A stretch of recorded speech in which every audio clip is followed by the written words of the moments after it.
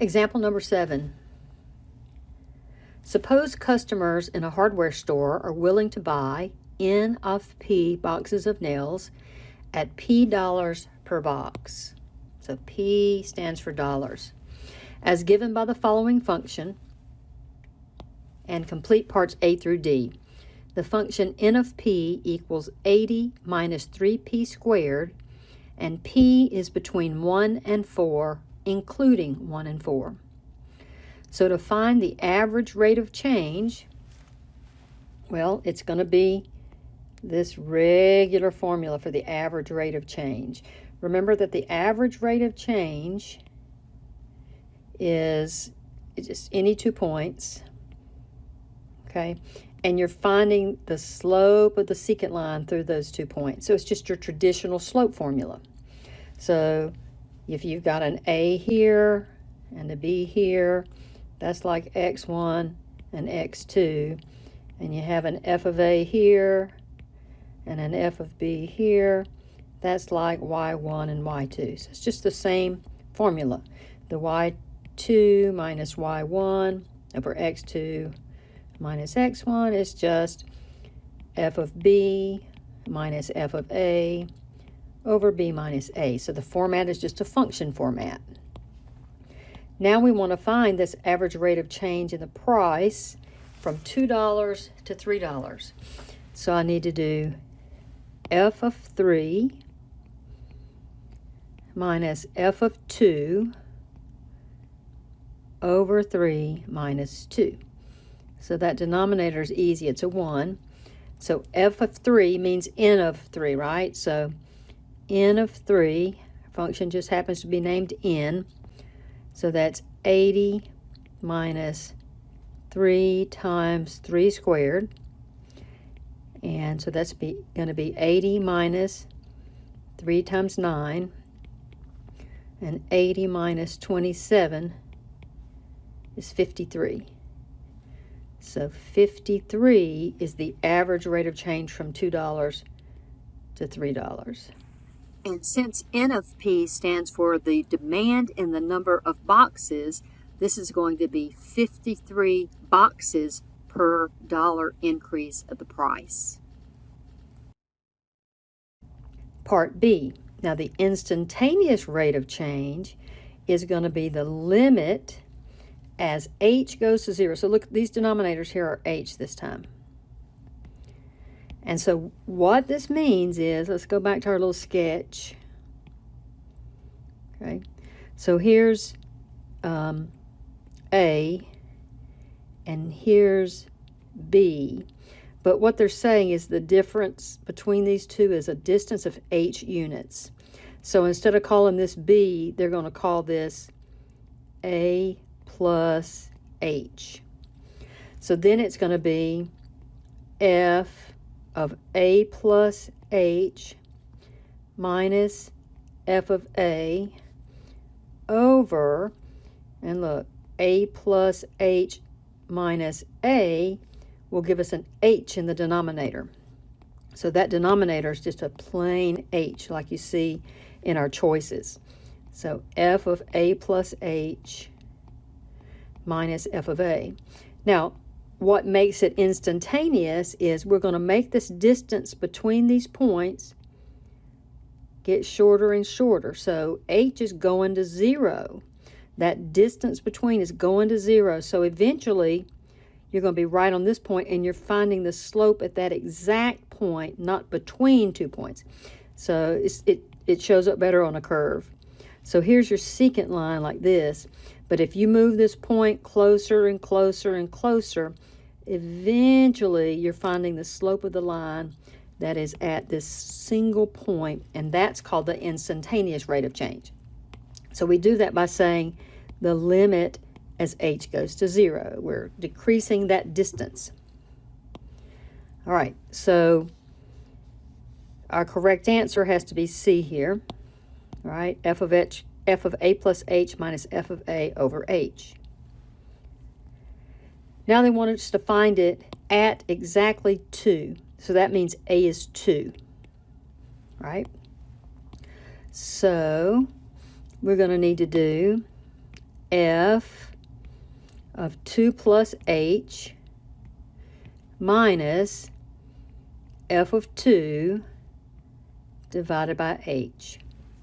So remember my formula, n of p is 80 minus 3p squared. And I'm going to have to put a 2 plus h in there, n of 2 plus h. So this is going to be the hardest part because it's got a little algebra in there. 2 plus h squared. Now, using order of operations, please excuse my dear left to right, Aunt Sally left to right. We can't do what's in the parentheses. Okay, can't add 2 plus h, but we can do our exponent first. So the first thing I've got to do, and I'm just going to take it down here and do my 2 plus h squared. Well, that means 2 plus h times 2 plus h. So that's 4 plus 2h plus 2h plus h squared. That's that full rule. Okay, so 4 plus 4h plus h squared. So I'll go back up here. It's going to be 80 minus 3, and then I'm going to put the 4 plus 4h plus h squared. So it's 80 minus 12, I'm distributing now, minus 12h, that's the second term being multiplied, minus 3h squared. All right, so that can only reduce a little bit. These two, 80 minus 12 is 68 minus 12h minus 3h squared. Now remember, that is just the n of 2 plus h. Okay, so I need a little more space. So I'm going to take this n of p is 80 minus 3p squared. N of 2 plus h came out to be 68 minus 12h minus 3h squared. And now I have to do, remember, it was n of 2 plus h minus n of 2 divided by h, and then we'll let this be the limit as h goes to 0. And of course, I can't put a 0 denominator, so I need to. And now before I can finish this, I need to also calculate n of 2. So n of 2 would be 80 minus 3 times 2 squared. That's going to be 80 minus 3 times 4. 80 minus 12 is 68. So it's going to be the limit as h goes to 0 of 68 minus 12h minus 3h squared minus 68. And all of that is over h. So it's the limit as h goes to 0. And notice this is a 68 and a negative 68. Those add to 0.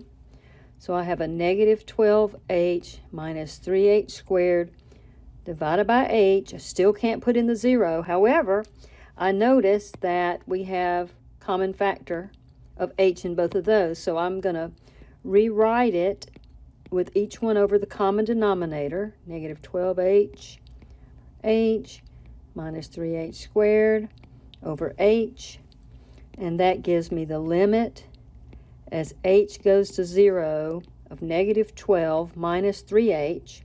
And now if h goes to 0, this whole thing is going to be a 0, and so my answer is minus 12. So the instantaneous rate of change at p equals 2 is negative 12. So this is minus 12. So this is going to be decreasing the rate of change of demand. The demand is going down by 12 when the price is $2. Now they want us to do the same thing when the price is $3. So we're going to repeat this process with a 3. So again, N of P is 80 minus 3P squared. And now we've got to do the limit as H goes to 0 of N. You say F, but all this is the name of the function. So F or N, same thing. N of 3 plus H minus N of 3 divided by H. So N of 3 plus H, we're going to repeat that process. 80 minus 3 times 3 plus H squared. 80 minus 3 plus H times 3 plus H. Now there is a shortcut for this. It's always the first one squared, the middle double whatever you see, so that's going to be a 6H since it's 3H doubled, and then the last one squared. So it's 9 plus 6H plus H squared. And you, of course, you can always do that by the FOIL rule as well. So I would have come back and done the first, the outer, the inner, and then the last two. So this is going to be 80 minus 27 minus 18H minus 3H squared. So this is going to simplify to 53 minus 18H minus 3H squared. So that's the N of 3 plus H. So it's the limit as H goes to 0, 53 minus 18H minus 3H squared. Now I've got to subtract N of 3. So that's 80 minus 3 times 3 squared. 80 minus 3 times 9. 80 minus 27. That's 53. That's not a coincidence. This is always going to happen. The 53 is going to reduce with a minus 53 to 0. Both terms left should have an H. Okay? That's how I knew that 53 was going to be gone, because it has no H. You're going to have that H term in each one so that it can be divided out. Limit H goes to 0. Negative 18H over H minus 3H squared over H is the limit as H goes to 0 of negative 18 minus 3H. We put in a 0 here. This whole thing goes to 0. And the limit is minus 18. That's as the price goes to $3. And it's the instantaneous rate of change. So when the price is $3, it's still going down. Look, the negative means it's decreasing. So part C, the answer is minus 18. Now, they ask us, as the price increased from $2 to $3, how is demand changing? And is this to be expected? Well, the demand is decreasing, right? Or it decreases at the rate determined in Part A. This change is expected because customers are not willing to purchase more expensive items.